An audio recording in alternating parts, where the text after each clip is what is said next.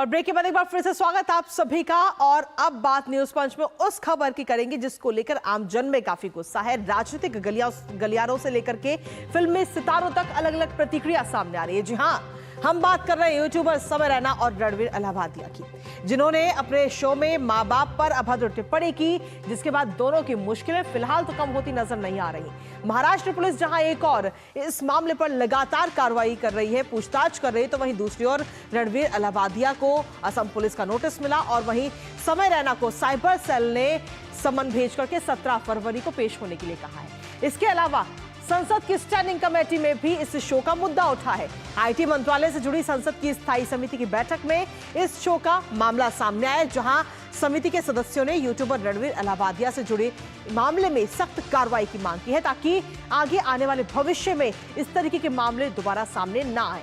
फिलहाल अब देखना यह होगा कि इस पूरे विवाद पर क्या कुछ कार्रवाई की जाती है, क्योंकि हर कोई इस मामले पर कार्रवाई की मांग कर रहा है। सोशल मीडिया पर लोगों का यहां तक कहना है कि सिर्फ माफी मांग लेना काफी नहीं है।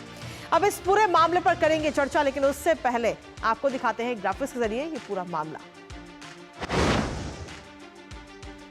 तो अश्लीलता पर सीधे तौर पर वार इस वक्त किया जा रहा है। महाराष्ट्र पुलिस और असम पुलिस की तरफ से लगातार कार्रवाई इस पूरे मामले पर हो रही है।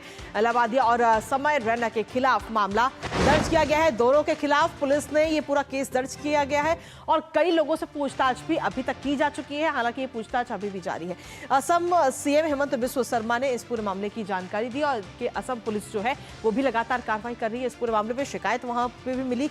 बीएनएस की कई धाराओं के तहत ये पूरा मामला दर्ज किया गया। अगर हम देखें तो 95, 294 और 296 बीएनएस की धाराओं के तहत ये पूरा मामला दर्ज किया गया। इसके साथ ही आईटी एक्ट 2000 की धारा 67 के तहत भी मामला दर्ज किया गया है। हालांकि लगातार सवाल यही है कि क्या कार्रवाई अब की जाएगी। सिनेमा अधिनियम की अगर हम बात करें तो 1952 के धारा 4-7 के तहत भी केस दर्ज इस पूरे मामले पर किया गया है। जिस तरीके से एक शो के दौरान मां बाप को लेकर, महिलाओं को लेकर जो अभद्र टिप्पणी की गई, उस पूरे मामले में जो पूरा विवाद है वो अभी थमता हुआ नजर नहीं आ रहा है। खबरों के मुताबिक अगर हम देखें तो मुंबई साइबर पुलिस ने भी केस दर्ज इस पूरे मामले पर कर लिया गया है। लगातार पूछताछ की जा रही है। हालांकि फिलहाल अगर हम देखें तो समय रैना इस वक्त भारत से बाहर है, वो इस वक्त देश में नहीं है, इसलिए वो जब वहां से वापस आएंगे तब उनसे पूछताछ होगी। अलाहाबादिया और रैना के खिलाफ फिलहाल केस दर्ज करके और पूरे शो के लोग जितने भी हैं, उस शो में शामिल जो लोग हैं, उनसे भी लगातार पूछताछ की जा रही है। अब ऐसे में आपको बताते हैं कि अगर कार्रवाई आगे आने वाले समय में होती तो क्या और कितनी सजा हो सकती है। हम देखें तो धारा 294 के तहत 2 तरह के मामले हैं और पहले बार अपराध करने पर 2 साल की जेल इस मामले में हो सकती है अगर ये अपराध पहली बार है। वहीं 5000 का जुर्माना भी लगाया जा सकता है इस पूरे मामले पर जब आगे कार्रवाई होगी तो। लेकिन इसके साथ ही अगर यही अपराध को दोबारा किया जाता है तो 5 साल तक की जेल और 10,000 का जुर्माना लगाया जाएगा। इसके साथ ही अगर हम देखें तो धारा 296 में 3 महीने तक की जेल है, साथ ही 1000 रुपए का जुर्माना या फिर ये दोनों भी लग सकते हैं। धारा 67 के तहत पहली बार अपराध पर 3 साल की जेल के प्रावधान है और साथ ही 5 लाख का जुर्माना।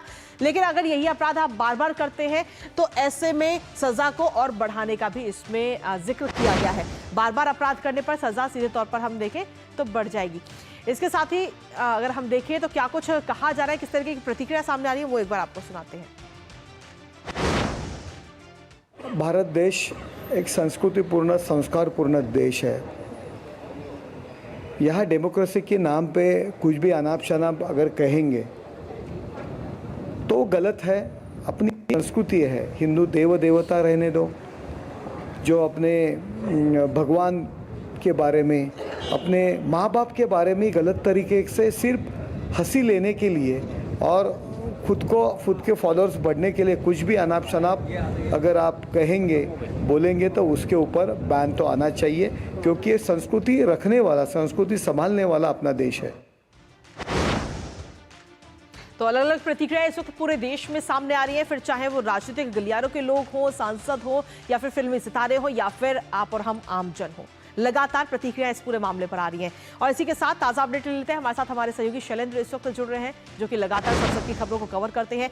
शैलेंद्र, अगर हम देखें तो ये पूरा मामला अब मुंबई में तो लगातार कार्रवाई हो ही रही है, लेकिन ये पूरा मामला अब देश की संसद में भी उठता हुआ नजर आ रहा है और कानून को सख्त करने की मांग करते हुए नजर आ रहे हैं सांसद। जी देखिए कृतिका, संसद में ये खुद मामला उठाया शिवसेना के सांसद ने, और अब जो आईटी समिति है उसके सदस्यों ने भी ये कहा है कि आईटी समिति में इसकी शिकायत करेंगे। देखिए 3 पहलू है। पहला पहलू तो है कि जो भी लोग सोशल मीडिया पर एक्टिव हैं या फिर कोई शो करते हैं, उनका भी एक स्वनियमन होना चाहिए कि उन्हें क्या बातें कहनी है क्या नहीं कहनी है। दूसरी बात, हमने कानूनी पहलू देखा कि इस शो के खिलाफ और इस शो में शामिल होने वाले लोगों के खिलाफ मुकदमे देश भर में कई जगहों पर दर्ज हुए हैं। वो कानूनी कार्रवाई होगी, उसके तहत हमने देखा है कि तमाम समय रैना हो या फिर बाकी आरोपी, उन्होंने कहा है कि वो जांच में सहयोग करेंगे।